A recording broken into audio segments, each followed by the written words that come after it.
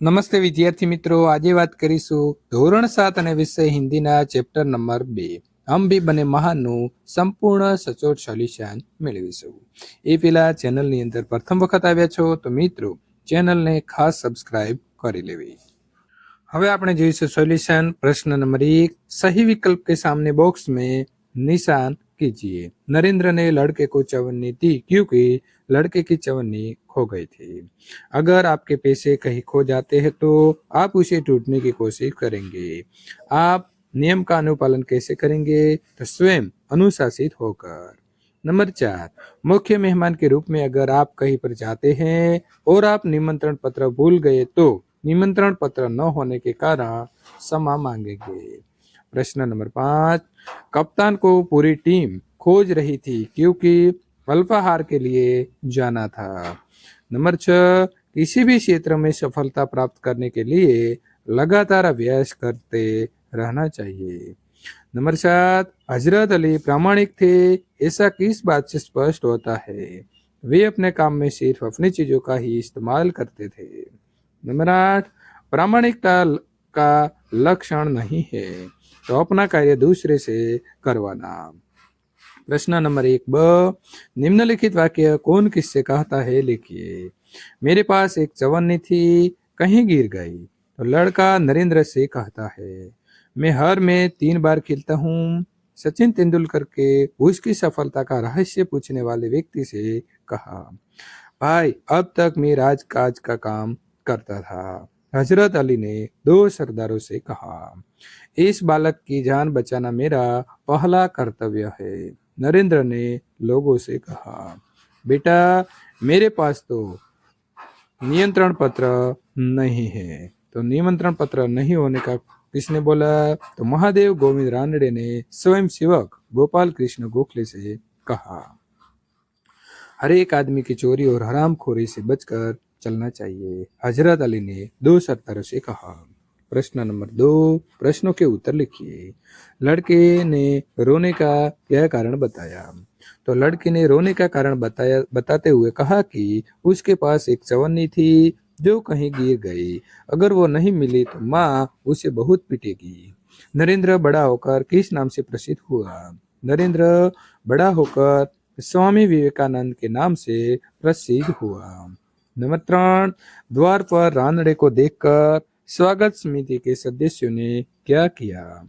द्वार पर रानड़े को देखकर स्वागत समिति के सदस्यों ने उन्हें आदर पूर्वक मंच की ओर ले जाने का प्रयास किया. नंबर 4, हजरत अली ने एक मोमबत्ती बुझाकर दूसरी मोमबत्ती क्यों जलाई? हजरत अली राज का काम कर रहे थे, इसलिए उन्होंने राज की मोमबत्ती जला रखी थी. जब उन्होंने निजी काम शुरू किया तो वो मोमबत्ती बुझाकर उन्होंने अपनी मोमबत्ती जलाई. इस प्रकार चोरी और हरामखोरी से बचने के लिए हजरत अली ने दूसरी मोमबत्ती जलाई. नंबर 5, हमारे बुर्खों ने क्या कहा है? हमारे बुर्खों ने कहा है कि किसी के धन माल की लालसा मत करो. माँ क्रदह व कस्य स्विधनम. प्रश्न नंबर 2 ब, प्रश्नों के उत्तर लिखिए. बच्चे को बचाने में देरी होती तो क्या होती? बच्चे को बचाने में देरी होती तो वो सामने से आ रही मोटर के नीचे आ जाता.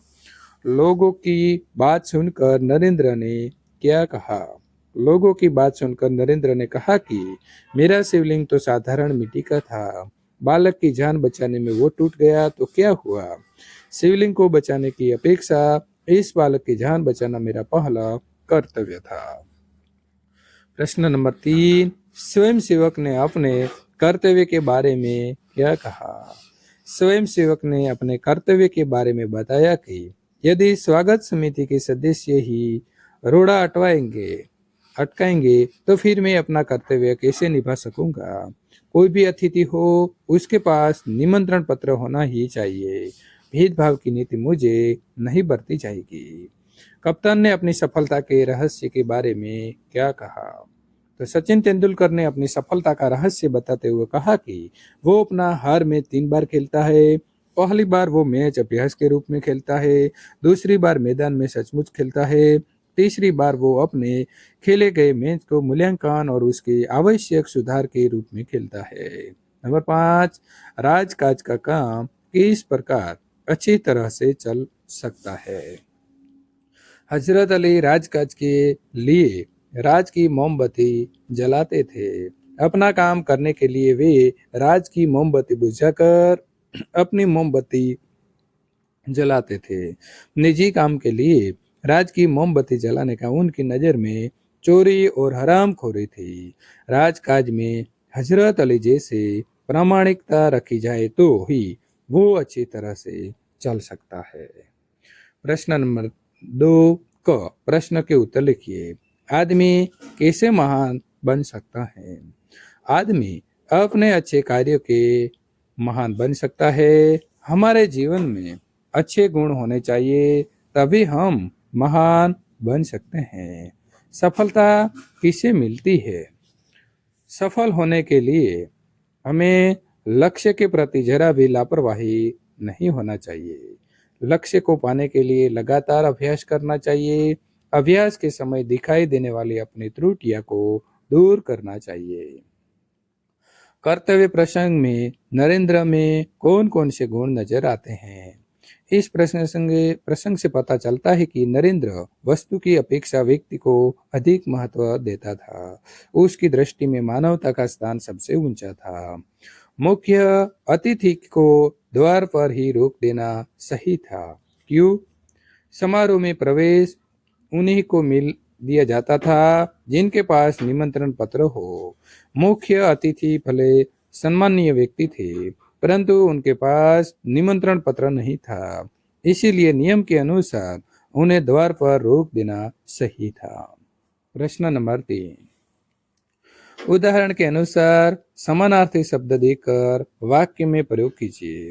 कामयाबी तो सफलता, मुझे बहुत मेहनत करने के बाद कामयाबी मिली है। ख्याल तो विचार, आपका ख्याल अच्छा है। प्रयास तो प्रयत्न, कुत्ते ने गड्ढे से बाहर निकलने का प्रयास किया। प्रसिद्ध तो विख्यात, पालीताना गुजरात का प्रसिद्ध तीर्थ स्थान है। खजाना तो धन भंडार, चोरों ने सारा खजाना लूट लिया। जांच तो परीक्षण, पिताजी हिसाब किताब की जांच कर रहे थे। पुरखा तो पूर्वज, हमारे पुरखों ने बहुत संपत्ति बचाई थी। परिचित को पढ़िए और पढ़कर विकल्प का सही उत्तर का निशाना कीजिए।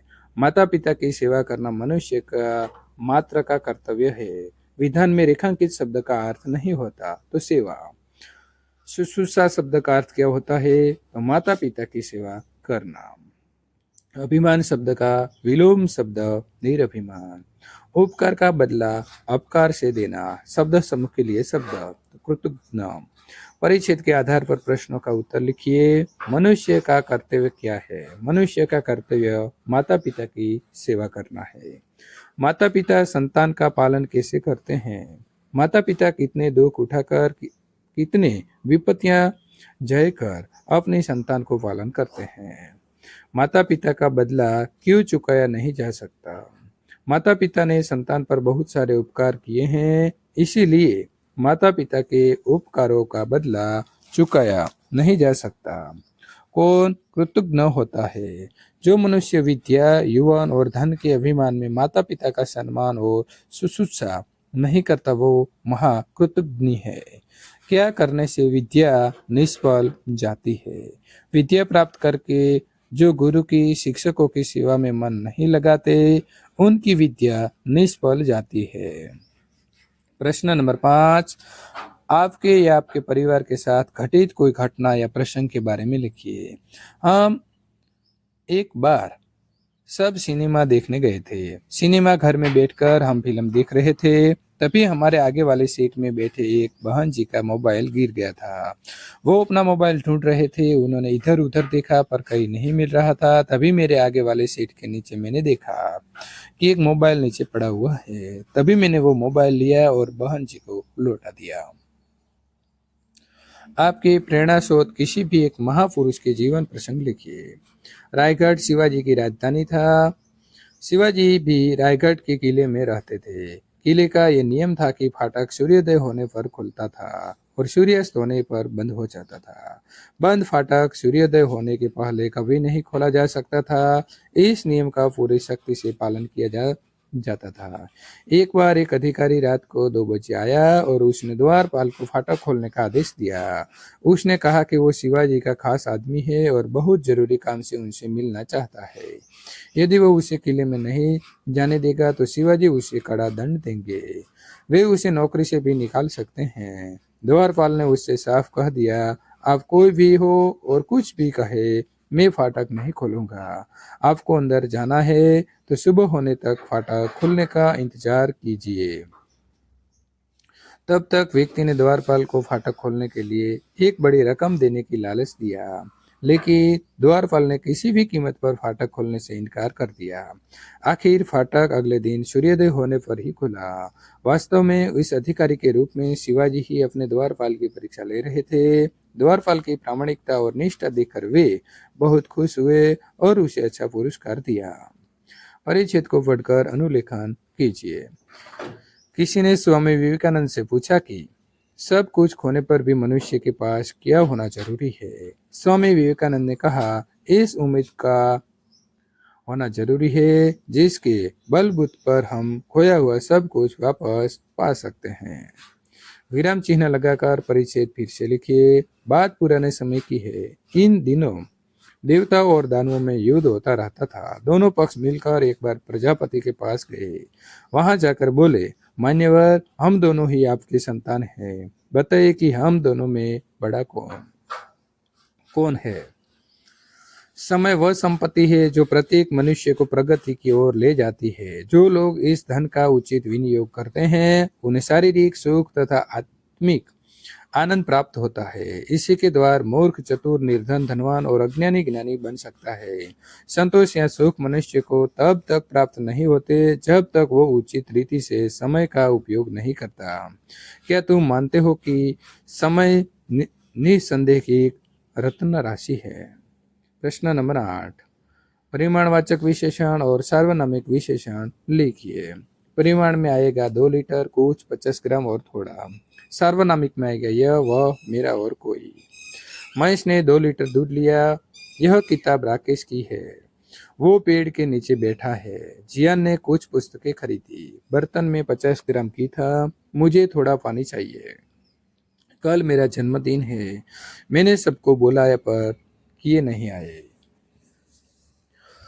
परिमाणवाचक विशेषण कोष्टक में लिखिए। 3 मीटर कपड़ा दीजिए तो 3 मीटर। आस्था ने चाय में थोड़ी सी चीनी डाली तो थोड़ी। ज्यादा चॉकलेट खाना हानिकारक है तो ज्यादा। प्रश्न नंबर 8, सार्वनामिक विशेषण। वे लड़के खेल रहे हैं तो वे। यह फूल कितना सुंदर है तो यह। वह किताब इधर रख दो तो वह। प्रश्न नंबर 9, निम्नलिखित विषय के बारे में आपने कक्षा में जो चर्चा की है उसके बारे में लिखिए। यदि पक्षी बोल पाते तो पेड़ों की कटाई के विषय में आपस में क्या कहते। कौआ, अरे भाई, तुम ये पेड़ क्यों काट रहे हो, ये पेड़ तो हमारा आश्रय स्थान है। कोयल, इसकी हरियाली देखकर प्रशंसा के बारे में फूकने लगती हूँ। तोता, इसी पेड़ की डालों पर मेरा बचपन बीता है, कृपा कर उसे मत काटो। अरे, ये पेड़ तो धरती के बेटे हैं, उन्हें काटने से धरती माँ रुष्ट हो जाएगी। जहाँ घने पेड़ होते हैं, जंगल होते हैं, वहाँ अच्छी वर्षा होती है। केवल हम पक्षी की नहीं, सभी प्राणी जल से जिंदा हैं। आजकल जहाँ सूखा पड़ता है उसके लिए वहाँ के पेड़ों की कटाई की जिम्मेदार है। पेड़ काटने से बादल भी रुष्ट हो जाते हैं, लेकिन तुम मनुष्य इन पेड़ों का महत्व नहीं जानते। ये पेड़ केवल फल फूल और छाया ही नहीं देते, ये वातावरण को शुद्ध बनाकर सबको स्वच्छ प्रदान करते हैं। कौआ, मुझसे, मैं समझता हूँ कि तोता भाई ने तुम्हें पेड़ों का महत्व अच्छी तरह समझा दिया है। अब तुम पेड़ काटने की बात कभी नहीं सोचोगे। प्रश्न नंबर 2, यदि धरती बोल पाती तो मनुष्य के बारे में ईश्वर से क्या शिकायत करती। यदि धरती बोल पाती तो मनुष्य के बारे में ईश्वर से कहती, हे प्रभु, तुम्हारा बनाया ये इंसान बहुत बुद्धिमान है। उसकी बुद्धि के चमत्कार देखकर तो आप भी हैरान हो जाओगे। बिजली, cinema, television, mobile, telephone, computer, हवाई जहाज, रेलगाड़ी, मोटर, अरे कहाँ तक बिना उसके करतब शहरों में उसने स्वर्ग ही खड़ा कर दिया है। अपने इस बेटे की अक्लमंदी पर मुझे गर्व है। लेकिन इतना बुद्धिमान होने पर भी लोभ, ईर्ष्या, द्वेष, हिंसा, अनीति आदि से उसे छुटकारा नहीं मिला है। इसने बम और मिसाइल जैसे विनाश के भयानक साधन बनाए हैं। जो पेड़ मनुष्य को फल फूल, छाया, लकड़ी और न जाने क्या क्या देते हैं, उन्हें ये बड़ी बेरहमी से काट डालता है।